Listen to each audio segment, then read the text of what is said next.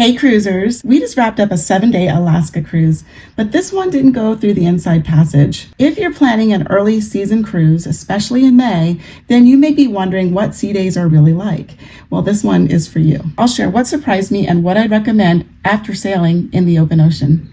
And hey, if you like real cruise advice from someone out here who's actually sailing the seas, then hit the subscribe button so you don't miss a thing.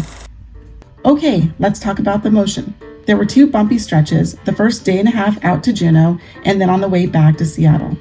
Not dangerous, but definitely enough to feel. The middle part of the cruise was much smoother. I caught myself grabbing onto handrails from time to time. The hallways felt unstable, but the drinks, they stayed steady on the table. More than the motion, the weather was a bigger factor. It was cold, windy, and full of surprise showers. If your only cruise experience is in the Caribbean, this is completely different.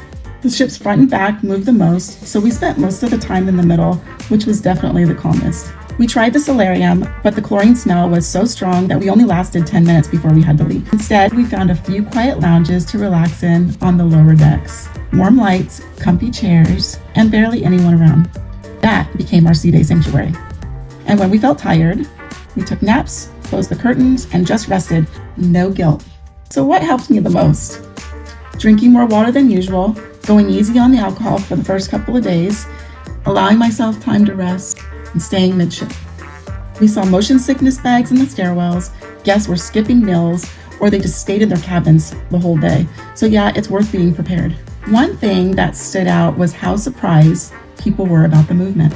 We found that spring sailing to Alaska, especially not in the Inside Passage, is not smooth sailing. It's not sunbathing with a frozen drink. It's sipping warm drinks, watching the fog roll by while you're sitting in comfy chairs. Now this was totally different from our Alaska cruise in August. It was calm seas, warmer weather, and jaw-dropping views. It was beautiful, no kidding. We found that cruising in May to Alaska is more about peaceful moments than poolside parties. So would I recommend it? Absolutely. I love cruising, but just come prepared. Bring motion meds, even if you don't think you've ever needed them. Drink more water and go light on alcohol early on in the cruise. Find a quiet spot midship, and if you need a nap, take it. We found that the peace of it all came from the slow mornings, the cozy lounges, and the beautiful views of mountains in the distance. It made the bumps all worthwhile. If this helped you, give it a like, drop a comment if you've ever had a rocky sea day, and subscribe for more cruise tips from someone who's actually out here sailing. Smooth seas and happy sailings, my friends. Bye.